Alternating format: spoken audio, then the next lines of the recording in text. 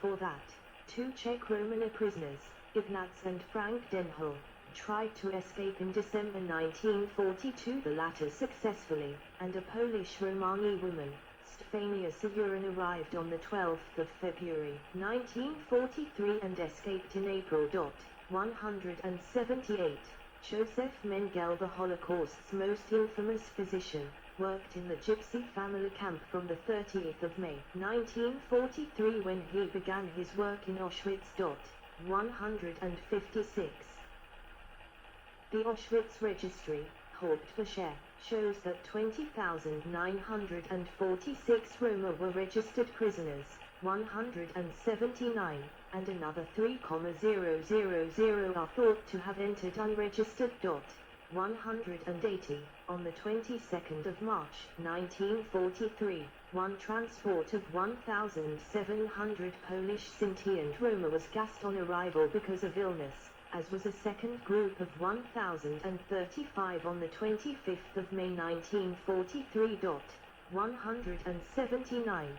The SS tried to liquidate the camp on the 16th of May 1944, but the Roma fought them, armed with knives and iron pipes, and the SS retreated. Shortly after this, the SS removed nearly 2,908 from the family camp to work, and on the 2nd of August 1944 gassed the other 2,897. 10,000 remain unaccounted for. 181. Theresienstadt family camp. The SS deported around 18,000 Jews to Auschwitz from the Theresienstadt ghetto in Terezin, Czechoslovakia. 182.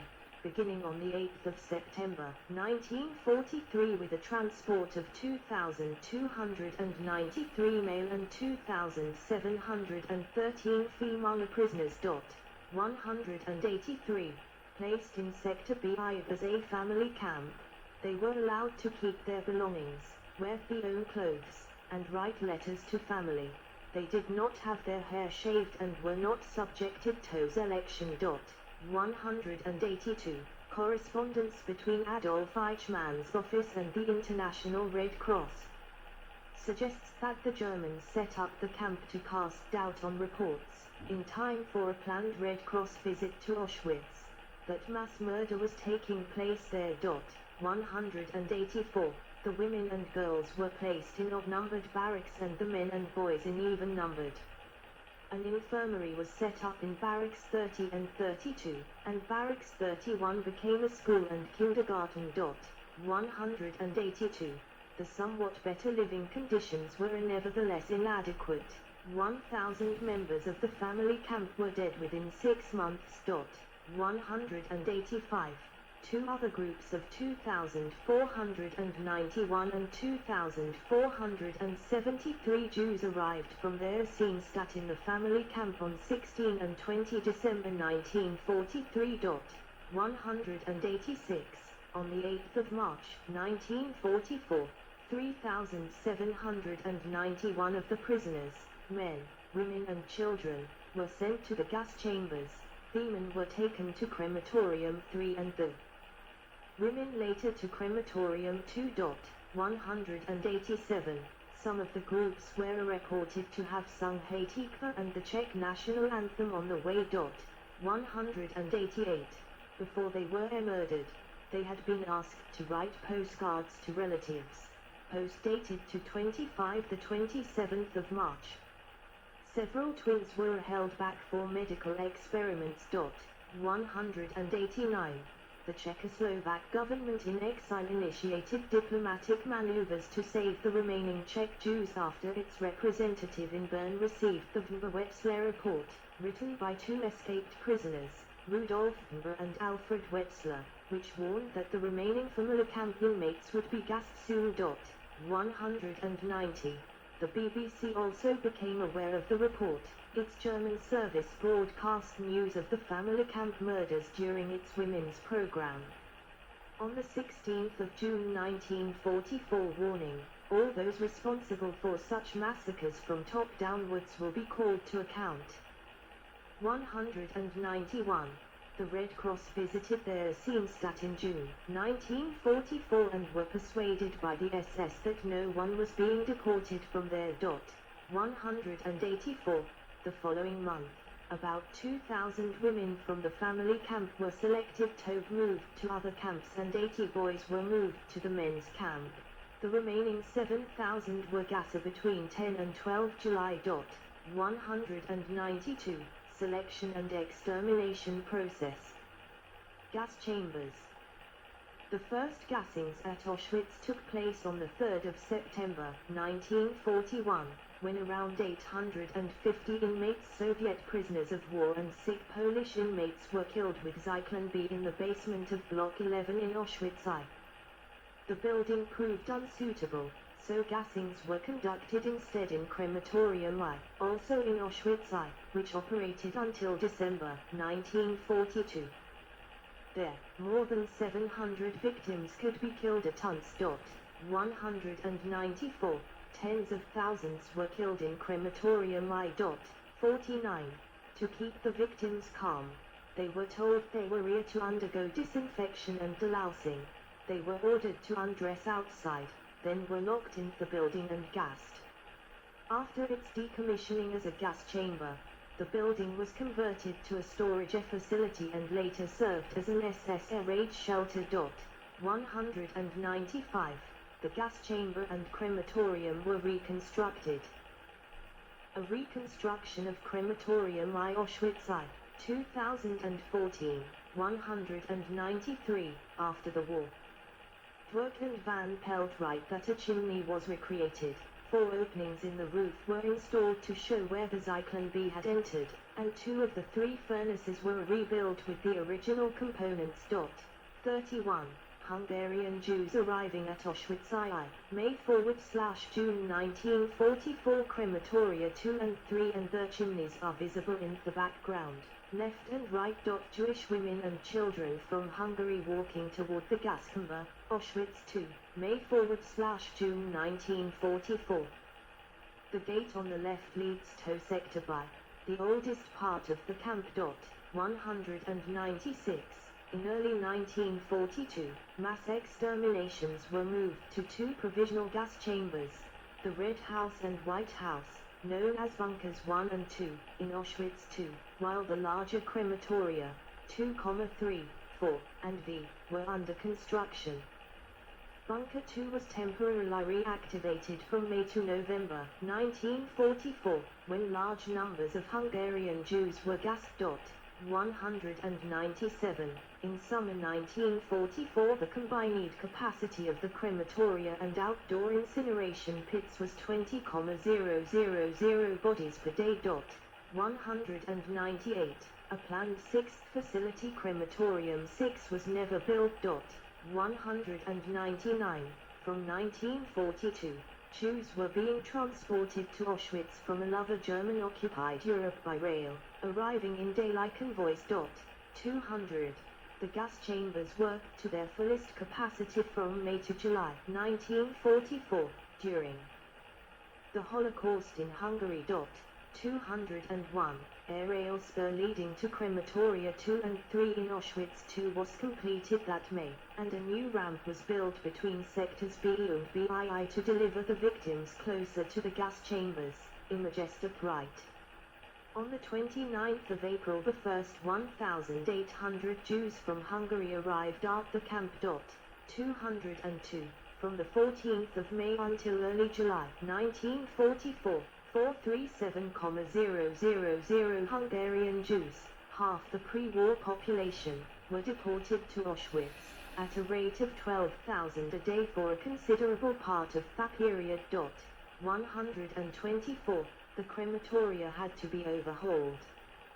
Crematoria I and 3 were given new elevators leading from the stokes to the gas chambers, new grates were fitted, and several of the dressing rooms and gas chambers were painted.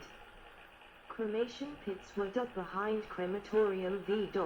202. The incoming volume was so great that the Sonderkommando resorted to burning corpses in open-air pits as well as in the crematoria. 203. Selection. A According to Polish historian Francis Piper, of the 1,095,000 Jews deported to Auschwitz, around 205,000 were registered in the camp and given serial numbers, 25,000 were sent to other camps, and 865,000 were murdered soon after arrival. 204, adding non-Jewish victims gives a figure of 900,000 Hauria murdered without being registered. 205, during selection on arrival, those deemed able to work were sent to the right and admitted into the camp, registered, and the rest were sent to the left to be gassed. The group selected to die included almost the children, women with small children, the elderly, and others who appeared on brief and superficial inspection by an SS doctor not to be fit for work. 206. Practically any fold scars, bandages, boils and emaciation might provide reason enough to be deemed unfit. 207. Children might be made to walk toward a stick held at a certain height. Those who could walk under it were selected for the gas. 208. Inmates unable to walk or who arrived at night were taken to the crematoria on trucks, otherwise, the new arrivals were marched there. 209. Their belongings were seized and sorted by inmates in the Canada warehouses, an area of the camp in Sector Big that housed 30 barracks used as storage facilities for plundered goods. It derived its name from the inmates' view of Canada as a land of plenty. 210. Inside the crematoria. Entrance to Crematorium 3 Auschwitz 2, 2008. 211. The crematoria consisted of a dressing room, gas chamber, and furnace room. In crematoria 2 and 3, the dressing room and gas chamber were underground. In 4 and V, they were on the ground floor. The dressing room had numbered hooks on the wall to hang clothes. In crematorium 2, there was also a dissection room, Caesarium. 212. SS officers told the victims they had to take a shower and undergo delousing. The victims undressed in their dressing room and walked into the gas chamber. Signs said bath, or disinfection room. A former prisoner testified that the language of the signs changed depending on who was being killed. 213. Some inmates were given soap and a towel. 214. A gas chamber could hold up to 2,000. One former prisoner said it was around 3,000. 215. The Zyklon B was delivered to the crematoria by a special SS bureau known as the Hygiene Institute. 216. After the doors were shut, SS men dumped in the Zyklon B pellets through vents in the roof or holes in the side of the chamber.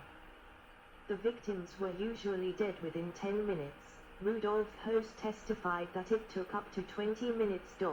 217. Leib Langfuss, a member of the Sonderkommando, buried his diary, written in Yiddish, near Crematorium 3 in Auschwitz II. It was found in 1952, signed a.y.r. A sad smiley. 218. It would be difficult to even imagine that so many people would fit in such a small room. Anyone who did not want to go inside was shot, or torn apart by the dogs. They would have suffocated from the lack of air within several hours. Then all the doors were sealed tight and the gas thrown in by way of a small hole in the ceiling. There was nothing more that the people inside could do. And so they only screamed in bitter, lamentable voices. Others complained in voices full of despair, and others still sobbed spasmodically and sent up a dire heart-rending weeping. And in the meantime, their voices grew weaker and weaker.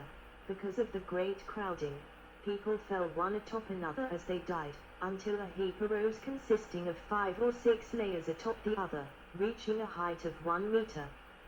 Mothers froze in a seated position on the ground embracing their children in their arms, and husbands and wives stood hugging each other. Some of the people made up a formless mass. Others stood in a kneeling position, while the upper parts, from the stomach up, were in a lying position.